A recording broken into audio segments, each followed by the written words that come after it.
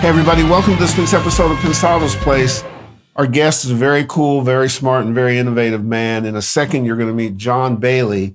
He's the Chief Technical Officer of iZotope, and he knows his stuff.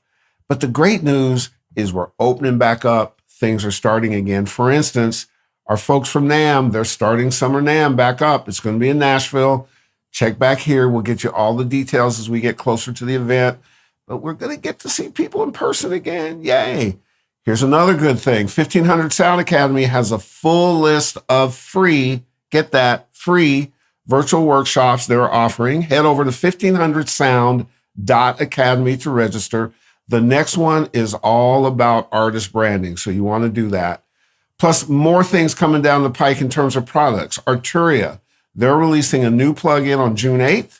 We'll get you all the details. Dave is playing with it now. He's going to talk about it. He's really impressed. At the end of the month, we've got some fire coming from John McBride, Blackbird, and their partner, Kit. So details coming on that as well soon. Please hit us on our socials. We got a lot going on. It's going to be a busy summer, a busy fall. We're back in the game. And now, without further ado, a musician, a brilliant technologist, somebody that makes those great iZotope products work for you. Enjoy our interview with John Bailey. Hey, John. Hey, Herb. Hey, Dave. Thank you guys so much for having me on the show. It's such a pleasure to be here. No, man. Thanks for coming on. Takes a lot of guts to come on. I'm a little afraid because Jonathan Weiner, who I have tremendous respect for and is a really bright guy, when I was talking to him privately, he said, "Oh, John's really smart." I was like, I can only go so many levels of smart. So, but here's an indicator for our audience of why iZotope is the company it is. If you look at the people that are in important positions, John is a musician. And I always think that when you have creative people who are musicians that are in the businesses that we do and approach it from the standpoint of a musician, there's just more informed choices. Is that a fair assessment, John? That's a very kind thing to say, Herb. I hope so. I mean, I think at the end of the day, you know, why I got into this business was because I loved music and creating. And I talk about my career as kind of a progression. You know, I started out as a musician. Mm-hmm. And then I became someone that made tools for other musicians. Mm-hmm. And then I became someone that made a team of people to make tools for other musicians. And, you know, that's kind of my journey. But at the end of the day, what iZotope, our purpose as a company, the reason we exist is to create tools that enable people to be creative. That's what we're in the business of doing. And so we always want to keep the music, or, you know, it's not just music for us. People are doing audio for film and television as well. But, you know, the way I think about that, that's storytelling, right? So whether you're telling story through music or telling stories through movies or television, whatever it is, we're in the business of enabling people to be creative and create their art. Yeah, absolutely correct. Yeah. That's cool. Can I'm going to go off topic for just a second, because this is a pet peeve. Yeah. Why is it that the brightest minds in the business can't solve the copy protection problem and the cracking and all of that? I mean, I'm a little worn out by being everybody's copy protection. I can buy a CD and I don't have to do anything. I just use it. Why can't I do the same thing with software? I'm asking you this because you've got a background in that. Yeah. It gets frustrating, and a lot of people that I know feel the same way. I think part of the problem is going to be solved by what we're about to talk about. Sure, maybe. And a big chunk of it. Yeah. And so hopefully this is a lead into that. But I think another problem is that maybe during this discussion, we can delineate the cost of creating a plugin. People think that software is free. It's not free. Yeah. iZotope spends millions and millions and millions of dollars on these plugins for us. Right. And so it's disrespectful, really.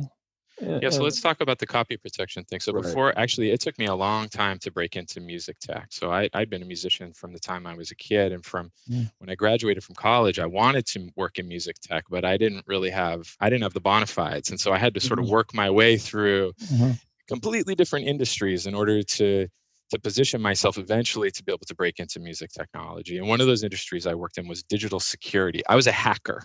That's how I put myself through Berkeley. That's how I put myself through Berkeley College of Music. I was a hacker. So I was doing what you're talking about, David. Now I was hired by other companies to break their software so that they could learn what the vulnerabilities were in their software so they could hopefully fix them. It wasn't really most of my clients, their focus wasn't copy protection as much as it was like data privacy and things like that. They wanted to make sure that, like your online bank, that nobody could gain access to your bank account details or learn how much money you have or learn your credentials, those kinds of things. But what I learned through doing that work, I had a buddy who was a hacker and he taught me how to do this. I learned that it's really, really, really, really hard to protect something, and it's really, really, really, really easy to break it. Because at the end of the day, when we deliver a software binary and it runs on a person's computer, you can actually open up, like you guys right now could open up a program on your computer and you could go modify the bits in it. You can tamper with them. And if you know what to look for, you can flip that bit that says, is this user a valid licensed user of the software?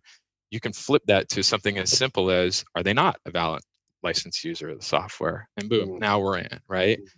And now, certainly there are people who have taken a much more sophisticated approach to trying to solve that problem. And I would say Pace is at the leading edge of that with particularly their fusion technology.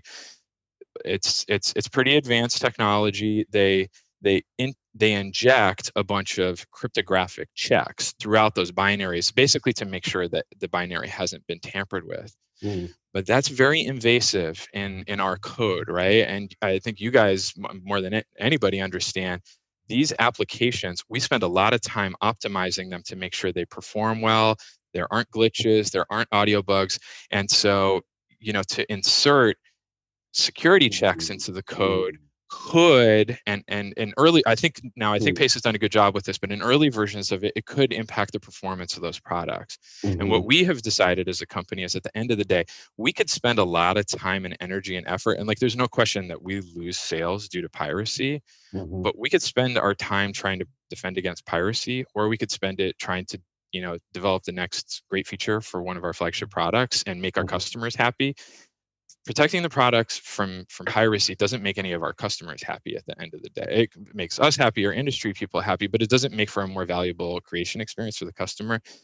So the honest answer is we kind of just don't worry about it that much. We just focus on adding value to the customer and hope that the people at the end of the day, we hope that they will pay for software. We know that not everybody does. We're trying to solve that with other solutions like Splice. We've had a partnership with them for a few years where you can rent the products to ownership, and that's a much lower barrier to entry. Now we've started to experiment with subscriptions, is again to bring that barrier to entry down. And what we're finding, my anecdotal experience in this, is the types of demographics, which has often been younger people who would traditionally pirate software because they just don't have the money up front to be able to afford a $250 or $500 or $1,000 software package. They're gravitating more towards those subscription solutions or rent-to-own solutions because they can make $10 a month or $20 a month work in their life. Man, thanks for clarifying that. It's sad. Well, I tell you what's interesting about it. I had a conversation with Wall Street guys, a good friend of mine recently, and we talked about pricing in inclusion. Right. That people don't, in some of the DEI stuff, pricing that in is not a factor people think about. Right. So pricing in protection and all that other kind of stuff can take the product out of affordable to unaffordable. That's while right. you're doing it. So it's a commerce decision. But one of the things that you pointed out that I've noticed you guys are doing is moving to the subscription model more. Yep. What's the thought behind that, and what do you hope to achieve by doing that? Yeah, it's something that we've been thinking about and planning towards for a pretty long time now, for past kind of 5 or 6 years. And we finally last year decided to stop talking about it and start doing it. Really, the first experiment was with Splice. So when Splice came along, they great company. They had a sample subscription, and they had done a project with Transfer Records with CRM, Steve Duda, and seen some success with that, launching that plugin in the rent-to-own model. And so we were the second company that joined their platform and the rent-to-own model. We saw that as the ability to experiment with this new way of delivering the software, and for the customer, the new way of buying the software, and it was super successful for us. And what we found, to be real with you guys, we were a little worried that it might cannibalize our existing customer base and sales. We're like, okay, well, why would you buy a full copy of Ozone if you can, just pay $9 a month for it right now? So are we going to be stealing from one side of the business to pay the other side of the business? What we actually found is that it brought new customers into the business. It was a customer that we weren't really reaching before because our prices didn't, for whatever reason, make sense to them. They also really, I'll just say, iZotope has done a really good job, I think, of speaking to kind of engineers and more technical producers in history. People who are just getting started with music production have, I think, found iZotope at times to be a little bit more intimidating with our product line. Now, we're trying our best to get better with that, but just being candid about where I see we could be better, that's one of the places. And Splice has done a really good job with a lot of education and sort of approaching that sort of kind of more beginning, kind of new producer or aspirational music producer and bringing those customers in. And so that really gave us a lot of positive signal and positive data that this was a direction we could go. So that's sort of one of the first motivations is again, just to go back to our purpose as a company, we're in the business of enabling people to be creative, and we want to do that for the most people we possibly can. We're unapologetic about that. We want more people to be in this industry, not fewer. We don't want it to be exclusive. We want it to be excellent, but we don't want it to be exclusive. We want it to be inclusive, and there's a difference between those two things. The second thing is, now this is a controversial topic, and I may get in trouble for saying this, but it'll be more interesting conversation if we talk about this. We have room for a third host in case something happens. Good. Okay, good. All right, cool. I think there's a perception that subscription models are advantageous to the company and disadvantageous to the consumer. That companies are trying to milk more money out of their customers with subscriptions, or we're trying to take something that they could pay X dollars for and see if we can get 2X dollars out of them, et cetera, et cetera. And to be honest, I can understand why people feel that way, because if you're paying for a subscription and you don't find it valuable and you don't use it, then that sucks. Nobody should be doing that. And this sense of subscription fatigue is real, because I think many of us have probably had the experience they sign up for something, you use it for a little bit, and then you kind of forget about it, and then you're like, why? I'm just wasting money right now. However, here's maybe a counterpoint from my seat. Traditionally, if I sell you a copy of Ozone and you don't use it, I feel bad about that. But economically, I don't really care if you use it or you don't. It has no bearing on my business if you use it. Whereas if you subscribe to Ozone and you don't use it and you're paying a little bit of attention, you're going to cancel your subscription. Right. And so there's another view of this, which is actually sort of what I actually really believe, which is that the power moves more to the consumer, because I need you to be using my products in a subscription model. If you don't use them, you're not going to stay retained as a subscriber for me. And if I lose you, I'm going to do everything in my power to get you back as a customer. And that's a very different mindset. It's a very different relationship between the company and the customer. And that's kind of where we're trying to go with sort of the economic side of this. The last piece is just kind of where iZotope is at on our subscription journey right now. We've taken some of the flagship offerings and made them subscriptions. And so the price points are a little higher, $25 a month for MPS Pro. Now that's kind of the everything bundle. You're going to get everything in that. But, to the people who say that's too expensive for me, I would just ask them, please be patient with us.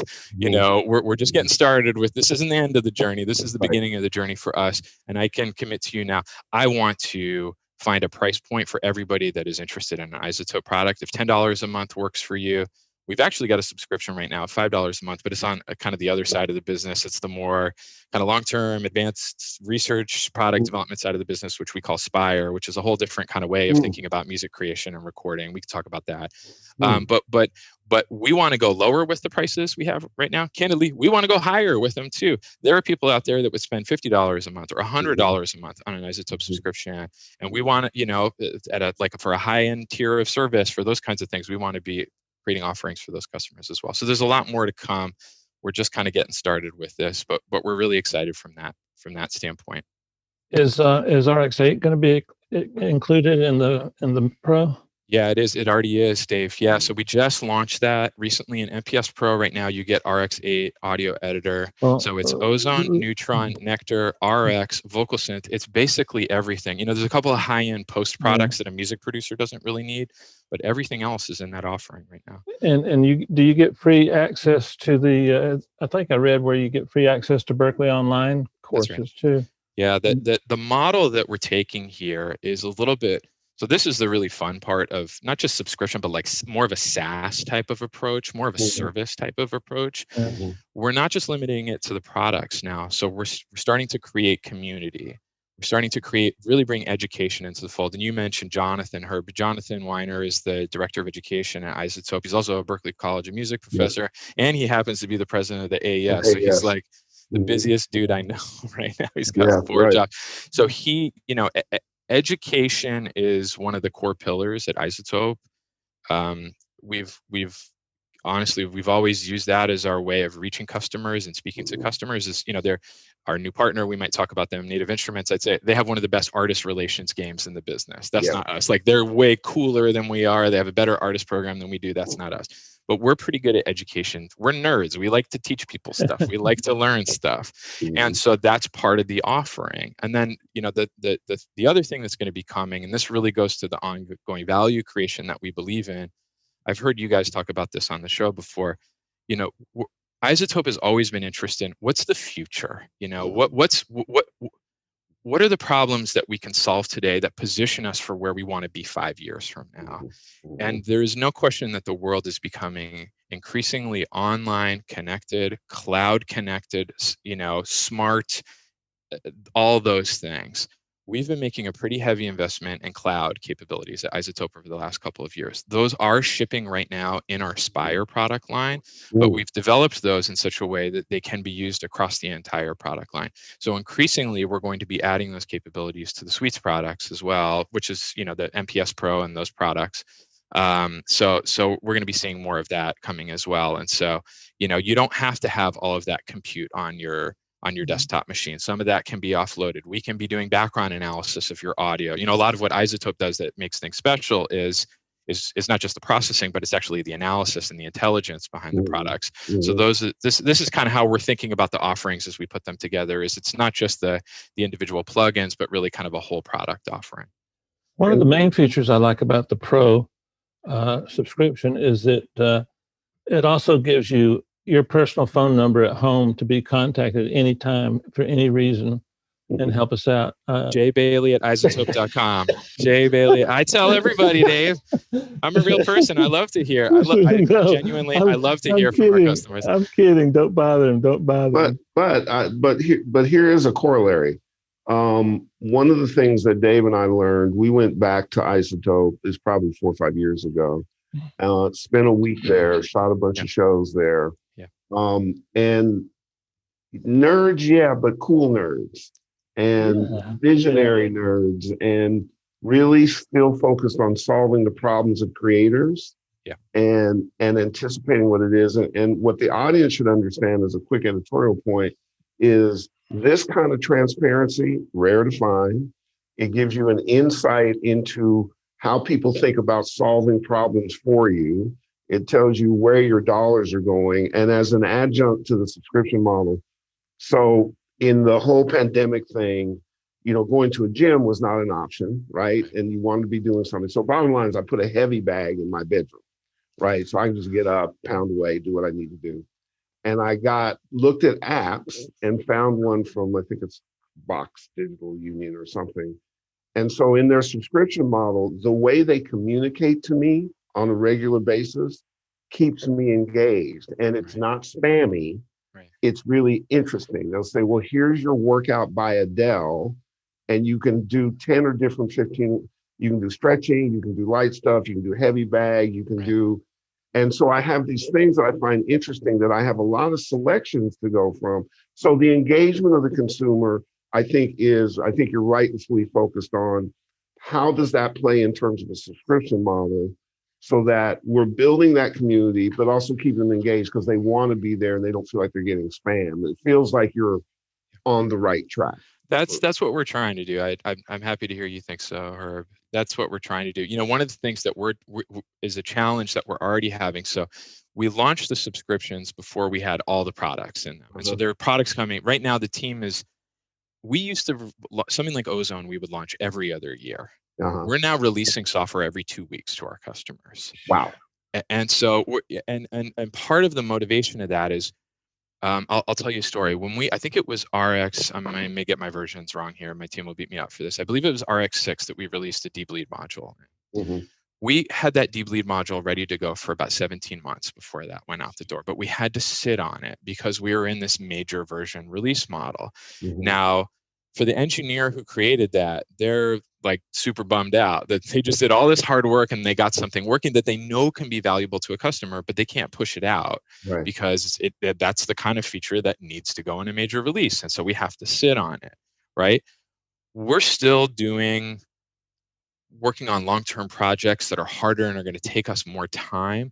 But there are all sorts of other smaller things that we can kind of weave in there on an every other week basis. So we're launching constantly. But to the point that you were making, Herb, one of the things we have to learn how to do is how to be able to communicate that to our customers. That's a new challenge for us because everybody's overwhelmed right now. Their email inbox, who doesn't have, a full email inbox that they can't deal with right now? And so this is forcing us to find different ways to communicate to our customers the value that they're getting with the offering. And what we're finding is actually a little bit of a slower uptake. Like when we put Ozone into the Producers Club, which was the predecessor to MPS Pro, it was our first desktop software-based subscription product. A bunch of people didn't even know they had Ozone in it yet, so they were saying, okay, like, well, this is cool, but maybe this isn't all the value I want to get. Not even knowing they've got Ozone now, they've got Vocal Synth now, their products coming every other week. But we'll figure that out. We'll fix that. I have an answer for you. Yeah, please tell me. I'll turn you on to this will fix all your problems. It's a little show called Pensado's Place. Okay, all right. We'll tie you in. Perfect. Hey, Herb, he's got Midnight Marauder by Tribe right behind his right shoulder. You gotta love it. That's why I love him. That's my little Easter egg for the show. Representing Linden Boulevard here.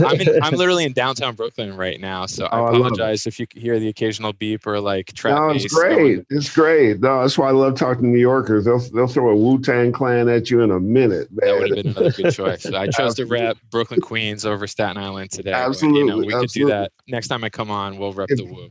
Impractical Jokers, all that kind of stuff. Now, here's the other exciting news. First of all, the iZotope team took us to eat. Our last day there was down the block, about 5 blocks on the other side, and we ate to the point that we should get food back to starving countries. But we had a ball with Mark.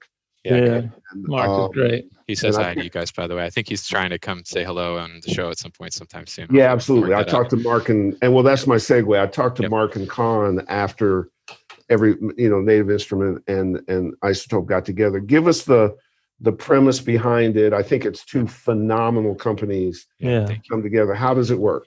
Yeah. So the most truthful answer is we're figuring that out right now. We're a little bit like the dog that caught the car, and now what do you do with it after chasing it? Right. I could say a little bit more than that. So I'm just going to speak very personally for a second. So I just had my 10-year anniversary at iZotope. So this is a year of highlights for me. First of all, it took me 10 years to get on Pensado's Place, and now I'm on Pensado's Place. Okay. Second of all, we got a subscription process. We got a subscription process for that. You do? Okay. All right. Yeah. Well, I'm highly engaged user. In my job, you daydream. Like as a CTO of a company, you daydream. Like, where does this thing go? Like, what are we going to do? Is the company going to go public? Are we going to survive? Are we going to be eaten by a competitor? Are we going to combine with another company? And sort of the logical side of my brain said, well, maybe one day we'll combine with another company. That seems to be kind of a logical direction for a company like us to go. And I always said, boy, iZotope and Native Instruments would be like the dream team. I mean, we're good at we're good at some of the stuff that they don't focus on. They're good at some of the stuff that we have tried to do candidly, and they're just so much better at it, making instruments, building content. the way we see the community of creators, we feel like we've got really good representation across the needs of those users with the product, the two product lines. And so when we did this deal, I said to my team, you don't get to do stuff like this in your career. Like, this doesn't happen. Right. And yet it did. Yeah. It did. And so here's what this means for us right now. So iZotope had a team that was focused on the producer segment, what I'm going to call the producer segment, or just native instruments, kind of bread and butter, middle of their kind of circle, the circle of their target customer. We were focused on that too, because we didn't feel like we saw a lot of opportunity there. We felt like our products are maybe a little too techy for them. Maybe there was something more we could do with instruments, creative effects. That was like a space that we sort of have always dabbled in, but has never really been sort of the bread and butter for us as a company. And so we were starting to push more into that direction. Now we need to think about that really differently, because I mean, there's no better product for especially in the box producers, particularly around electronic music, but really any genre of music than Complete, right? I mean, that's the 800-pound gorilla in that space. So now we're thinking differently about how can our products really enhance and augment the experience for the Complete customer. We've taken the team that we had dedicated to that sort of new line of business, new customer segment, and we've rebranded them. They're called internally the Alliance team. And their focus right now is literally just working with their counterparts at Native Instruments to figure out, what should we do? What I can tell you is there's going to be some customer delighters that are going to come like right away. So we're going to celebrate the joining of these two companies together under this new alliance. We're going to do maybe a free product thing for the Native customers. The Native team is going to do a free product thing for our customers, just as a little bit of a delighter. Of course, we're going to be kind of extending some promotions and some discounts across the product line. There are obvious things that I can share that we're already committed to. Like, we have Ozone right now has NKS support, so that's support for the native control standard. So basically, you can use the plugins or control the plugins from their hardware products. So we'll be rolling that out across our product line, right? That kind of thing is kind of obvious. And then we're heavy in the brainstorming process right now of thinking about co-development products. What are products that we should be creating together as a combined entity? Our research teams have already connected on both sides. So that's the sort of long-term advanced side of what we're doing from a core technology standpoint. So we're really excited. But when we came together, both companies were already pretty busy and had a lot of stuff going on. So we're trying to sort of optimize around, our new investors were basically said, you guys are doing great, kind of keep going, but look for opportunities to start to collaborate. And that's really what we're doing right now.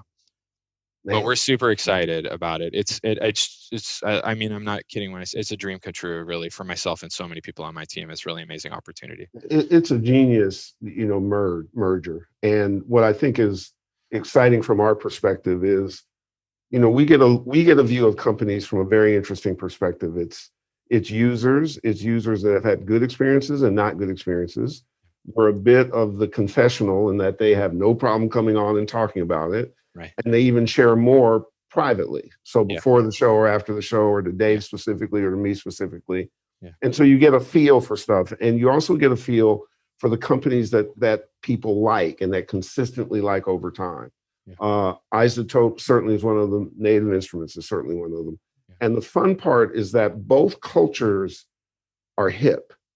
And so they are, because it's really important. Like, we know lots of companies who have solid products, but they're thinking 10 years ago and not 2 years ahead. Yeah. And they're committed to a certain excellence, but they're not noticing the innovation or the customer that changes, or the self-taught person, or somebody in EDM who doesn't need all the technical stuff, but cuts to the chase and gets to the beat. Yeah. You guys are both that. And so there's an intelligentsia stuff and a hipness stuff that I think, audience, you guys are I want to make music, because the tools that are going to come out of this merger are sick. And by the way, Mark and Con, I know you're watching John because he's a badass. So you guys have to come on the show. I'm not letting you. We're going to get them on. Okay. I'm going to get those guys on. Don't worry. I got your back on that one, Herb. All right, cool. We're going to make it happen. But that's what a good merger should have in it, those kind of components, and to figure it out. And I always say, sorry, I always say that we are all in a constant, industrial evolution, not just revolution. Right. There's technology changes all the time. And you take two people who think about it this way and really want to serve the consumer, I think some amazing things are likely to come out of this.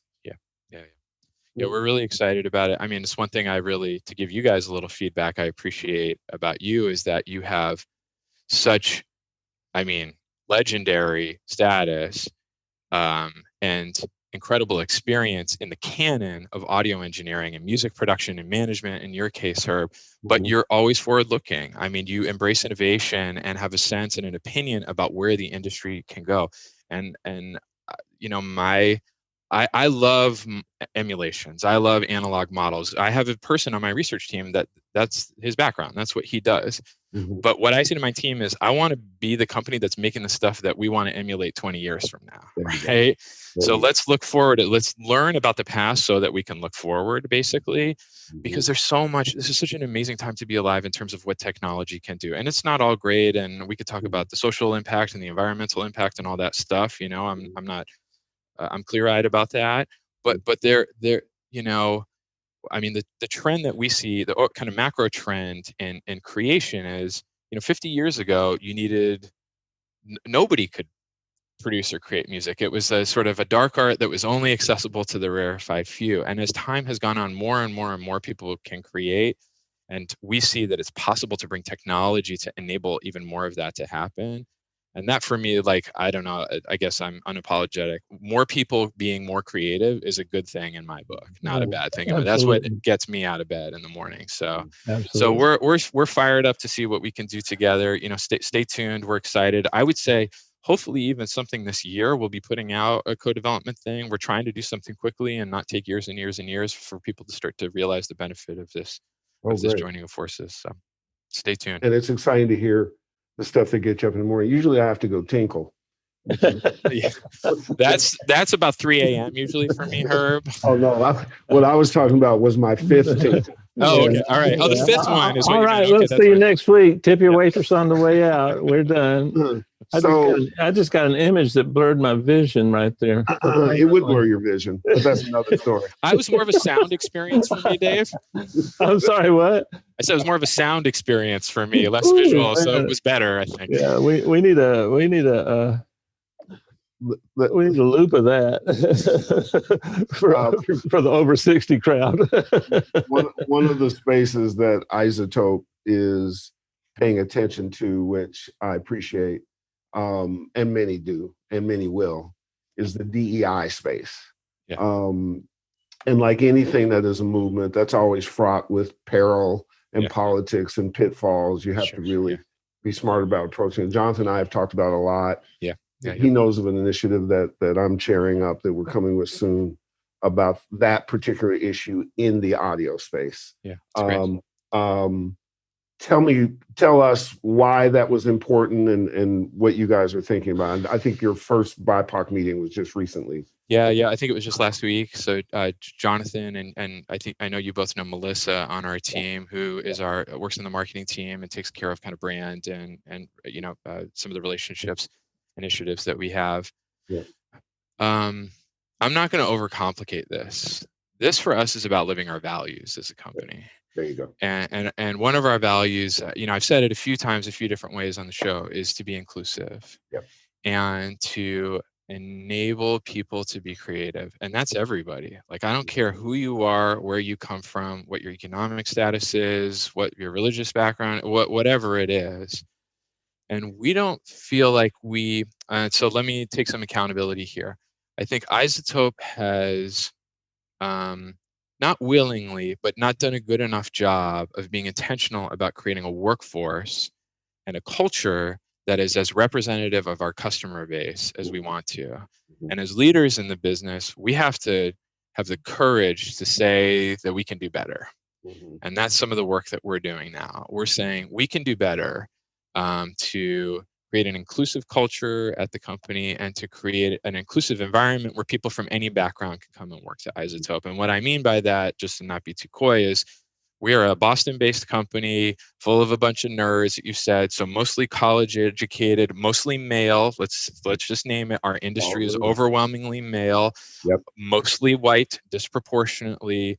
And so that's just not representative of the customer base. And this is a place where we need to do better. So we've done a lot of training in the company, first of all, to just even learn about this. Like, I'll speak very personally.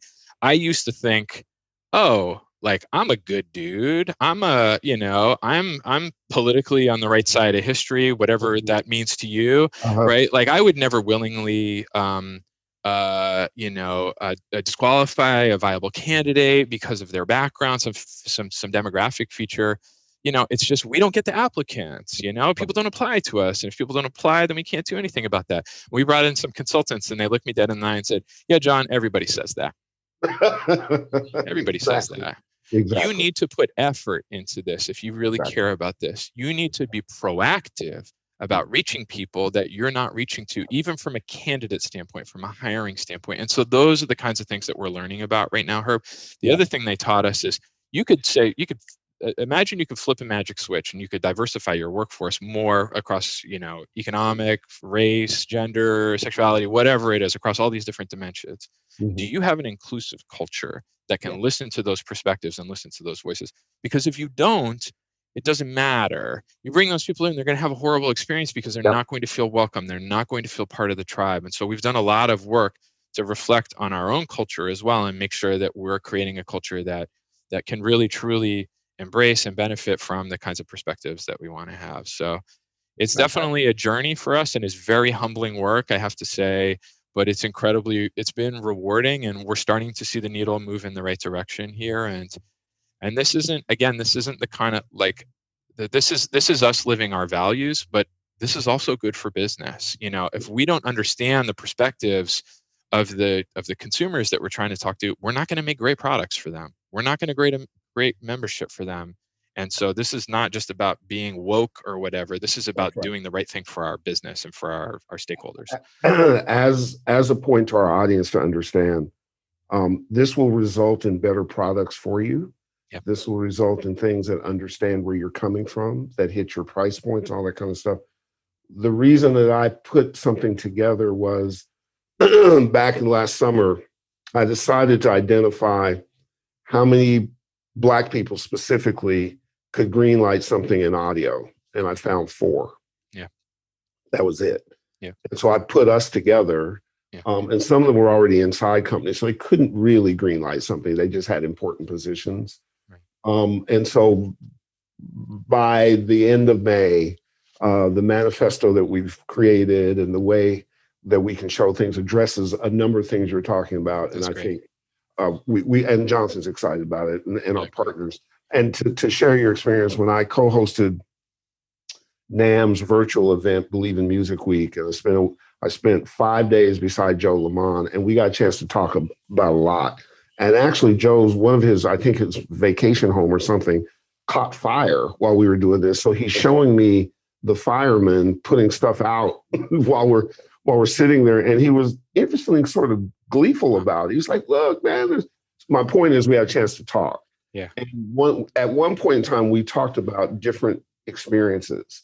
And I was telling him some things I've experienced and so on and so forth. He just said, "I can't even put my head around that. Like, my experience is so different." And I was like, that's why you come together with people who we can illuminate it for each other, because at the end of the day, it becomes better product, better music, better stuff for creators, better for your bottom line, all kinds of things that are good things. So kudos to you guys, and sorry to get off track. The future, subscription, innovation, merger cultures, merger technology. Are you optimistic and excited about what's coming down the pike? Yeah. I mean, I could share a little bit here. Something unusual has happened recently at iZotope, which is, as you guys know, iZotope's brand has really been built around innovative new technology. As I said, we don't have the best content. We don't have, sample content or something. We don't have the best artist relations. I say this humbly as the CTO of iZotope. We got the best tech. Uh-huh. We do. And that doesn't come for free. We have to invest in that, right? Like we set the problem with that, or the challenge with that, I should say, is that means we set the customer's expectation up here. And if we don't deliver on the next thing that we put out, if it's not like, holy shit, I didn't know you could do that, then it's not good. It's a dud of a product for us. So we've built an internal advanced research capability, which is unusual for a company of our size. iZotope is just shy of about 200 people right now. And we have a dedicated team of 6 people that they spend 50% of their time on, this sounds fancy, autonomous self-directed research, which is a fancy way of saying, I don't tell them what to work on. They tell me what they are working on. And the reason for that is they know so much more about the domains of their research than I would ever know. And so they understand our purpose, they understand our vision, they understand our roadmap. They can see how cutting edge technology can pave the way for us to get there. Where I'm going with this is, for the first time, so that team will produce research papers, but usually those papers or those talks will come out after we've launched a thing in market. But we flipped the script a little bit recently, and we've actually had a couple of papers accepted into some academic conferences. One is ICASP. Another one was recently ISMIR, that are telegraphing some of the things that we're working on. So that's out in the world. So this is unusual, but this means I get to talk about this on the show today, which is actually kind of cool for me. Usually I have to remain tight-lipped around this. We've made a heavy investment in deep learning in particular at the company over the last 4 or 5 years. That's been a major kind of tool that we've put in our toolkit to augment the capabilities that we have in, I call it traditional signal processing, statistical numerical analysis. We started that journey with kind of labeling or classification of audio. This is a guitar, this is a bass, this is a drum set, right? And then we can apply, based on good mixing principles, we can recommend a preset or apply some processing based on that. That was sort of step 1. Step 2 is starting to process that audio. So once we analyze the audio, maybe we can do something like remove noise from it. So the dialogue isolate feature that removes background noise from dialogue, or the delav Mike Russell feature in RX. A lot of this is in RX, or even the source separation technology called music rebalance, which can unmix the musical mixture, a basic musical mixture. That's kind of phase 2 for us. So that's using machine learning to actually process audio, not just categorize audio. The next frontier for us is audio creation or audio synthesis, and that's what we're working on right now. So one of the papers we published is singing voice conversion. And so that's, you sing a melody, or you can play it on another instrument, and we can essentially translate that into another instrument type. Now, other people have done stuff like that, but we're using new neural models in order to enable that kind of capability. But really what the fundamental skill there is, can we basically take audio that has some set of traits, like the timbre of a human voice, and make it sound more like a violin? And so you can see a whole bunch of different applications of this. What if I'm a budding music producer and I say, like, okay, this is my recording. I'll make it sound like Radiohead produced it. It's my music, but give it those production qualities. It's not going to be quite there anytime soon, but you can start to see it push in that direction to help with some of the, this is kind of core to some of the assistive technology that we have. Those kinds of ideas we're exploring and interested in. Another one, and this is actually something that Native Instruments is also interested in, we're starting to explore hybrid models of neural networks and signal processing. So how can we use neural networks and white box modeling of circuitry in order to create like a new distortion module, or you insert processor of your choice, a new compressor, a new EQ, something like that, in which the neural network understands everything that is happening in the circuitry and therefore can do new and interesting things with an understanding of that. This is building on some tech that we launched, it's coming up to 2 years ago, about a year and a half ago. We launched a product called Dialogue Match. This is for the post market. So this is for people doing audio for film and TV. But it essentially, there's this problem that people in post always have, which is they record something on set or on location, and somebody flubs the dialogue, right? And now they've got to go back and ADR it, but they can never get the ambience to sound the same. And so we released a reverb match feature, which can basically, you can kind of click on a section of audio, and then we can infer the parameters from that for a reverb that can get it sounding as close to that as sort of we're possibly capable of. So this kind of thing, this sort of neural modeling of circuitry allows us to take that one step further. And also there are kind of new creative applications of that. So we have, we actually, in the fall, we hired a new VP of research and chief scientist, a gentleman named Jean-Marc Jat. We stole him away from Magic Leap. That's the augmented reality company that is also doing a lot of stuff in kind of 3D sound. And so he was leading research efforts there. So He's a friend of mine that I met at Project Barbecue, if you guys know that event in Austin a couple of years ago, kind of an audio think tank event. We got to be friendly with him, and I'd been trying to lure him over to iZotope for a while. So we lucked out, and he's running research at the company now. And as I mentioned earlier, now we're really already combining research activities with the native team. So we're really excited to see where that can go. But this has always been a key part of what we do at iZotope. And I would say that the curve is only accelerating for us in terms of the new advanced technology that we're developing. And we're continuing to explore, assistive mixing, assistive mastering, assistive vocal production, all of that good stuff that we've just really dipped our toe in the water there. There's a lot more to come. So we're pretty fired up. Dave, I feel smarter. Do you feel smarter? I feel like I got to go to the bathroom. Oh, well, it's like first thing in the morning. All that talk about tinkling and stuff. Yeah, it's like listening to a waterfall. The amazing thing about the space to me is that with everything that's being paid attention to it, we get to just groove on the song. There you go. Just like the end result, just be touched passionately and enable, more people to do it. And, as we've seen over our decades, so we've shared about the time you've been at iZotope is about as long as Pensado's place has been around. Right. Yeah, right. Yeah. Yeah, exactly. And what we have seen over that time is just short of amazing in terms of evolution. It's literally, from tape to, kids who just take something with a phone and turn it into whatever the case may be. And also the democratization of the process where that kid in the bedroom community in Arkansas, he may have the next big thing and it may not go through, the standard channels, but it doesn't happen without caretakers. Right. And caretakers who keep you remind me so much, and you probably know him. Do you know Greg Wells? I know him by name. I don't know him very well personally. I'm putting you guys together. Oh, I would love to know him better because, of course, you guys. I think I've met him at some point. You actually sound like him. Oh, do I really? And the way Greg thinks about music is the way you think about music, but he distills it back into it. Not just him. He's just a good friend. Yeah. Distills it back to the song is still the most important thing. That's it. And the production and the sound is, and the quality of his work is certainly processed cerebrally, but it comes back down to touching your heart and your craft. And when we give speeches, one of my favorite lines is it's a privilege to be stewards of pop culture. Right. And you have to think about it that way, right? Yeah, I love that. Yeah, we have I'll share a little bit at iZotope. We have a Friday meeting every week. It's like an all staff meeting just for 30 minutes. And we end that meeting with who's made some new music this week.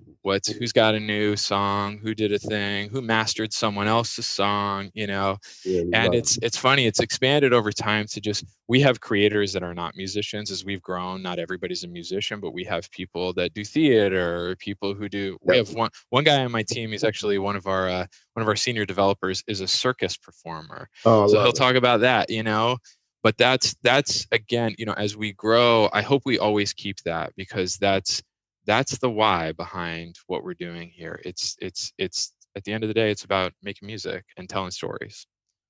Well, I'll say this as Dave gets ready to wrap us up. If John Bailey is any evidence of what's going on in the companies that are taking care of our future and providing us products and thinking about stuff like that, we are in extraordinary hands. It's inspiring to hear and meet you and to know how you care about the space we all inhabit. Not surprised, because as I said, Dave and I, when we feel particularly stupid, which is the majority of the year, we just contact somebody at iZotope and interview them or talk to them on the phone. Then we get off, we feel, okay, let's feel better. We can move forward. So Jonathan thinks I'm talking to him about show stuff. I'm just trying to bring my stupid factor down. If you're feeling like you need to learn something, Jonathan Weiner is a good person to call and become enlightened. Decades and decades of mastering engineering and teaching music production, and now running the show at AES. He's a good friend and important colleague. And I've learned myself. Yeah, I mean, he was a professor when I was at Berkeley. I've learned a tremendous amount from him. So it's a real privilege to be able to work with him. And thank you both. It's a real honor and privilege for me personally to be on the show. I'm a huge fan of both of you guys personally, and we love Pensado's place at iZotope. You guys have been real supporters of the company over the years, and so it's special for me personally to have the opportunity to speak to you both. It is such a pleasure. We are big fans. We have fun with iZotope, and we're so impressed with the people and the innovation and stuff. And we got a lot more to do together. Yeah, so, absolutely. This is just scratching the itch. Dave, why don't you wrap us up? Thank you, Herb.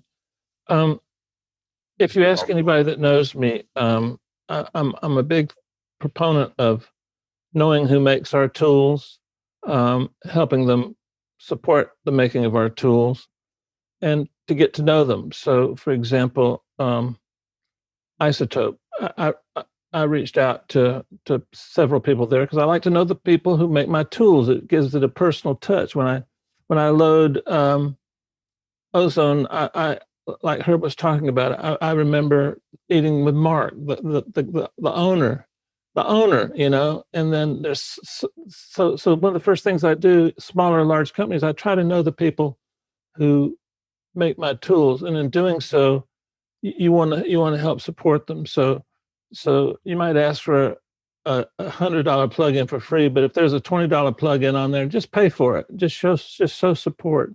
We need these people. And iZotope is a company that sits at the pinnacle of that.